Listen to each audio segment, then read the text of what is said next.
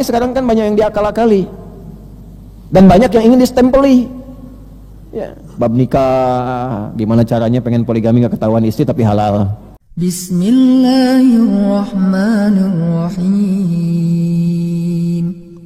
Yang mau saya katakan, karena itu standar oleh Allah yang disampaikan pertama bukan ilmu. Kalau ilmu semua bisa menghafal. Ya, Quran itu kan mudah dihafal.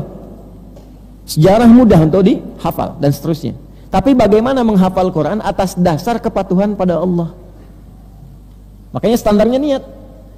Nah, tingkat tertinggi kepatuhan itu khasyah. Jadi akhirnya apa? Kalau sudah punya ilmu, yang dia rujuk pertama kali aturan Allah untuk menyampaikan ilmunya, Allah ridho enggak?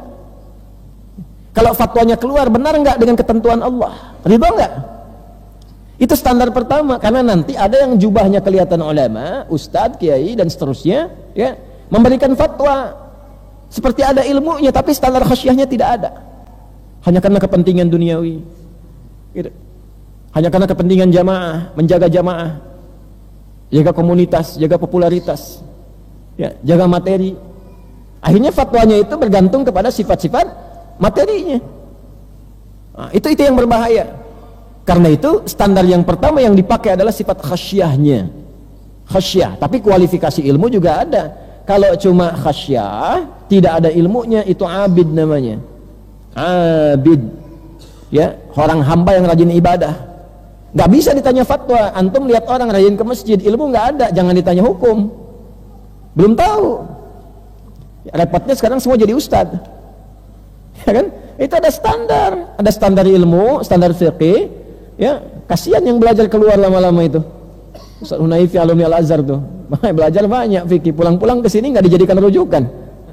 Ya, yang nggak belajar datang rajin ibadah dan sebagainya. Ya, bagus untuk itu. Kalau mau memberikan masukan-masukan, ngaji dulu. Ada sanadnya dulu. Setelah paham itu, ingat, hafal Quran belum tentu bisa memberikan fatwa. Karena Quran itu sumber hukum. Untuk menjadi produk hukum ada ilmunya, namanya fikih. Di fikih ada dasarnya namanya qawaid fikih. Ada pokoknya namanya usul fikih. Ada perbandingannya namanya fikih muqarin. Ada prioritas namanya fikih aulawiyah. Nah, itu ada rumusannya. Bagaimana hukum bisa begini? Contoh misalnya, apa hukumnya daging babi? Haram. Itu sumber hukum mengatakan haram. Ya. Nah, dalam situasi apa kemudian bisakah ia menjadi alternatif jadi halal? Apakah haram selamanya atau haram dalam darurat tertentu boleh? Tahu dari mana? Rumusnya bagaimana? Kapan berlaku boleh? Kapan berlaku haram? Itu pasti ada ilmu. Kalau nggak tahu ilmu bisa celaka juga. Ya, antum sedang pergi ke Cina, ke daerah yang terpencil, ayam nggak ada, kambing nggak ada, yang ada cuman babi. Udah nahan lapar, sehari semalam kuat, 2 hari 2 malam kuat, begitu 3 hari, ya Allah, gitu kan? Yang ada cuman babi, ok di depan gitu kan? Terus nggak tahu fikih, bertahan dengan itu, haram ya Allah, gitu kan? Meninggal dia. Ya. Nah, akhirnya penting ngaji itu. Bagaimana caranya? Lihat. Oh, ini ayatnya. Al-Baqarah nih 173. Dilihat. Masuk lagi nanti terus ke Al-Maidah, gabungkan dengan yang lain. Kapan itu haram? Ya, kecuali bagi orang yang mendapatkan darurat. Bagaimana sifat darurat itu? Turunkan fikih, ngajarin kita, oh begini yang disebut darurat. Dalilnya apa dari Nabi? Begini turunannya. Keluarlah kemudian produk hukum. Tidak ada makanan, tidak ada minuman, tidak ada makanan lah, minuman mungkin banyak. Tidak ada makanan dan sebagainya kecuali babi misalnya. Sudah cari-cari nggak ketemu, sudah tahan lapar, sudah nggak bisa ditahan lagi. Nah, muncullah hukum darurat. Maka muncul kaidah di fikih dari semua dalil-dalil ini, famanid turra ghairu baghin wala adin fala isma alaihi. Siapa yang terdesak dalam darurat sepanjang untuk memenuhi kebutuhan laparnya, bukan untuk menikmatinya, maka tidak diberikan hukum dosa untuknya. Bahasanya bukan tidak haram untuknya, tidak diberikan hukum dosa untuknya. Karena babinya tetap haram, cuman karena darurat boleh dimakan, dosanya hilang. Itu fikih begitu. Maka muncul kaidah dalam hukum fikih, ad-daruratu tubihul mahdzurat. Darurat membolehkan apa yang tadinya itu harusnya dicegah, tapi tidak menghilangkan hukum asal haramnya, tetap haram. Ya kan? Cuma karena terdesak demikian, berlaku boleh dikonsumsi itu untuk menghilangkan laparnya, bukan untuk menikmatinya. Enak juga ya babi. Nah, itu salah tuh. Itu salah karena bukan itu tujuannya.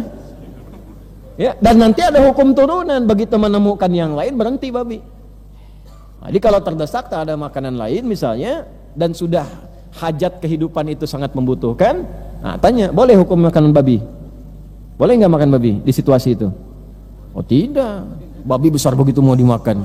Ya, potong dulu, masak dulu, macam dulu dan sebagainya. Nah itu barulah kemudian untuk menutupi lapar. Itu hukum, itulah alim. Tapi standarnya khasyah tadi, dia ukur dulu khasyahnya, tanya, nggak akan buru-buru. Pak, gimana Pak hukumnya? Saya kan tinggal di negara minoritas. Nanya dulu tuh alim tuh, kenapa tinggal di situ? Kan banyak yang lain yang negara Islam, kenapa tinggal di situ? Digituin dulu tuh nanti tuh, sampai ketemu ujungnya apa tuh, baru kemudian hukum.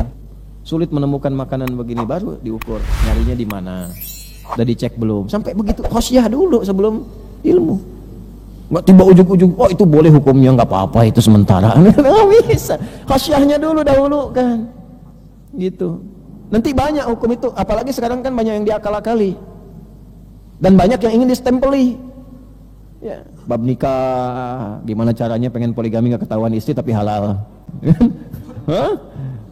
Bab kerja, gimana mau ngambil kecil-kecilan, salah tapi dibenerin, riba tapi distempelin. Mau korupsi tapi dapat legalitas. Legalitasnya bangun masjid, diundang ulamanya karena seakan-akan halal. Itu zaman fitnah ini. Ya, zaman fitnah, menghindari maksiat kadang lebih besar tingkat pahalanya dibandingkan mengerjakan satu kebaikan saja. Nah, kalau